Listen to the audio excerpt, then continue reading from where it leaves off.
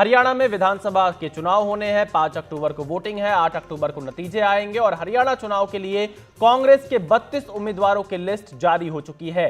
कांग्रेस की पहली लिस्ट में 31 उम्मीदवारों का नाम था। एक और लिस्ट आई जिसके बाद ये 32 नाम हो गए। जुलाना सीट से चुनाव लड़ेंगे विनेश फोगाट और भूपेंद्र सिंह हुड्डा।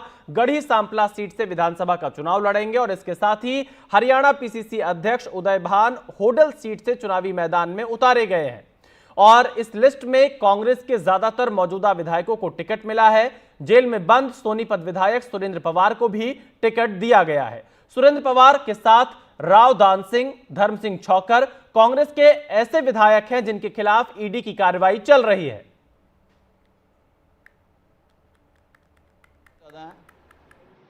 पहली लिस्ट में मेरा नाम आया है और टिकट लेना कोई आसान बात नहीं होती।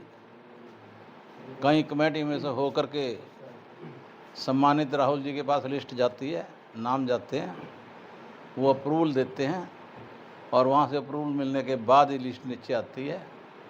तो ये छोटी मोटी बात नहीं है। मुझे इतनी उम्मीद है कि हम पिछली बार से बहुत ज़्यादा मार्जिन से सीट निकालेंगे।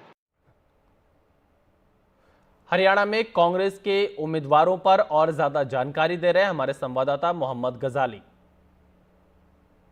हरियाणा कांग्रेस ने जो अपनी पहली लिस्ट जारी की है, सबसे पहली जानकारी तो ये है कि इसमें करीब 32 सीटें जो हैं असेंबली सीटें हैं, उनके उम्मीदवारों की घोषणा की गई है। और इसके हाइलाइट्स ये हैं कि करीब उसमें से 28 ऐसे लोग हैं जो विधायक, सिटिंग विधायक हैं, उन्हीं पर हरियाणा की कांग्रेस पार्टी ने अपना उम्मीदवार दोबारा उतारा है। जो सिटिंग उम्मीदवार हैं, सिटिंग एमएलए हैं, उन्हीं को दोबारा उम्मीदवार बनाया गया है। और इसके अलावा जो कांग्रेस के प्रधान हैं हरियाणा के, उदय भान, वो पिछली बार जो है चुनाव जहां से जिस सीट होडल जो रिजर्व्ड कॉन्स्टिट्यूंसी है उससे हार गए थे, उससे दोबारा उनको सीट उम्मीदवार बनाया है कांग्रेस ने। इसी के साथ साथ जो है विनेश फोगाट, कल परसों से खबरों में थी कि वो और बजरंग पुनिया जो है वो कांग्रेस ज्वाइन कर रहे हैं। तो विनेश फोगाट को भी जुलाना सीट, जींद की एक सीट है, वहाँ से उम्मीदवार बनाया गया है। और इसके अलावा जेजेपी के भी कुछ एमएलए हैं जिन्होंने कांग्रेस ज्वाइन किया था, तो उन लोगों को भी कांग्रेस ने उम्मीदवार बनाया। लेकिन इस पूरी लिस्ट की हाईलाइट ये है कि इसमें ज़्यादातर सिटिंग एमएलएज हैं जिन पर कांग्रेस ने सेफ बेट खेला है। या कहा जा रहा है कि अगर बीजेपी से की लिस्ट से इनका मुकाबला किया जाए तो कांग्रेस ने सिटिंग एमएलएज पर ही अपना भरोसा जताया। और पिछले चुनाव में 2019 के चुनाव में कांग्रेस ने जो है 31 सीटें जीती थी, जिसमें से किरण चौधरी और भव्य बिश्नोई। किरण चौधरी जो हैं वो अब भाजपा की राज्यसभा उम्मीदवार बन चुकी हैं और भव्य बिश्नोई अब भाजपा में हैं। तो 31 में से 29 थे, 29 में से अब करीब जो है 32 उम्मीदवार कांग्रेस ने कल जो है अनाउंस किए हैं। इसके अलावा भूपेंद्र सिंह हुड्डा जो कांग्रेस के मुख्यमंत्री पद के उम्मीदवार भी माने जा रहे हैं, वो अपने गढ़ी किलोई सांपला की जो सीट है उसी से लड़ेंगे।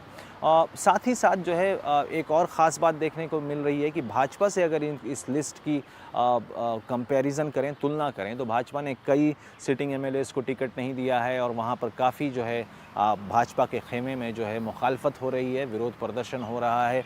कई ऐसे विजुअल्स आए हैं कि भाजपा के जो उम्मीदवार समझ रहे थे कि उनको टिकट दिया जाएगा, वो रोना धोना भी कर रहे हैं और कईयों को जो है भाजपा खेमे में उनके मुख्यमंत्री नायब सिंह सैनी जो हैं वो मनाने की भी कोशिश कर रहे हैं। तो कांग्रेस जो है इन सब जो कलह है, इस कलह से बचने के लिए उसने एक सेफ लिस्ट निकाली है, जिसमें जो है आप समझ लें कि मैक्सिमम जो लोग हैं वो सिटिंग उम्मीदवार हैं। उसमें से विनेश फोगाट का नाम काफ़ी दिलचस्प है कि उनको जो है कांग्रेस ने भी टिकट दे दी है। और कहीं ना कहीं उस पूरे किसान आंदोलन और उसके बाद जो है जो विनेश फोगाट और बाकी महिला जो कुश्ती की खिलाड़ियां हैं उनके साथ जो एलिगेशंस लग रहे थे कि उनके साथ सेक्सुअल हैरेसमेंट हुआ है, तो उस मुद्दे को भी प्राथमिकता देने के लिए कांग्रेस ने विनेश फोगाट को ये टिकट दी है। साथ ही साथ अब देखना होगा कि कुमारी शैलजा, रणदीप सिंह सुरजेवाला, इनका भी एक कैंप माना जाता रहा है कि भाजपा कांग्रेस में जो है अंदरूनी कलह कांग्रेस में भी है कि कौन मुख्यमंत्री पद का उम्मीदवार होगा। तो कांग्रेस ने इसलिए कुमारी शैलजा के भी कुछ करीबी लोगों को टिकट दिया है, जो वो भी सिटिंग एमएलएज हैं, उनको भी टिकट दी गई है। अब ये देखना होगा कि बाकी की जो सीटें रह गई हैं उस पर क्या घमासान मचता है या इसी तरह की सेफ कैंडिडेट्स जो हैं उनको कांग्रेस चुनती है। और ये चयन जो है वो ज़्यादा दिलचस्प, ज़्यादा कठिन होगा। और कांग्रेस की तरफ से बार बार ये कहा जा रहा है कि जो सबसे विनेबल कैंडिडेट होंगे उन्हीं को लिया जाएगा। और ख़ास बात इस लिस्ट की ये भी है कि कुछ विधायक जो हैं जिनके ऊपर ईडी के केस चल रहे हैं, जैसे अगर नूह की बात करें तो नूह की तीनों सीट से जिन उम्मीदवारों को जिन लोगों को उम्मीदवार बनाया गया है वो सिटिंग एमएलए ही हैं कांग्रेस के। कांग्रेस ने तीनों सीटें 2019 में भी जीती थी। उसमें से कुछ जो एमएलए हैं जिनको इस बार उम्मीदवार बनाया गया है उनके ऊपर नूह के दंगों के बाद जो है एफआईआर हुई थी। इसी तरह से 2-3 विधायक और हैं जो एक तो जेल में हैं, उसके अलावा कईयों के ऊपर ईडी की कार्रवाई चल रही है। तो कहीं ना कहीं कांग्रेस ने अपने पुराने ही सिपहसालारों पर दोबारा से भरोसा जताया है, चाहे उनके ऊपर पुलिस और ईडी के केस भी चल रहे हैं। अब आगे देखना होगा कि हरियाणा चुनाव में एक दूसरा एंगल ये भी चल रहा है कि कांग्रेस और आम आदमी पार्टी की गठबंधन हो सकती है या नहीं। वो भी बातें लगातार बैकग्राउंड में चल रही है, सीटों के ऊपर चर्चाएँ हो रही हैं। कई दिन खबरें ये भी आती हैं सूत्रों के हवाले से कि चर्चाएँ अटक गई हैं, सीटों पर सहमति नहीं बन पा रही है। तो वो भी एक विंडो जो है कांग्रेस ने खुला रखा है। लेकिन फिलहाल जो 32 सीटों के लिए कांग्रेस ने अपने उम्मीदवार उतारे हैं उसमें से ज़्यादा सिटिंग विधायक हैं जिन पर कांग्रेस ने अपना पासा खेला है। कांग्रेस की पहली लिस्ट पर हरियाणा के पूर्व गृह मंत्री अनिल विज का भी बयान सामने आया है। देखिए, कांग्रेस के लिए तो जेल जाना अपराध कर उनके लिए तो बहुत पसंदीदा काम है।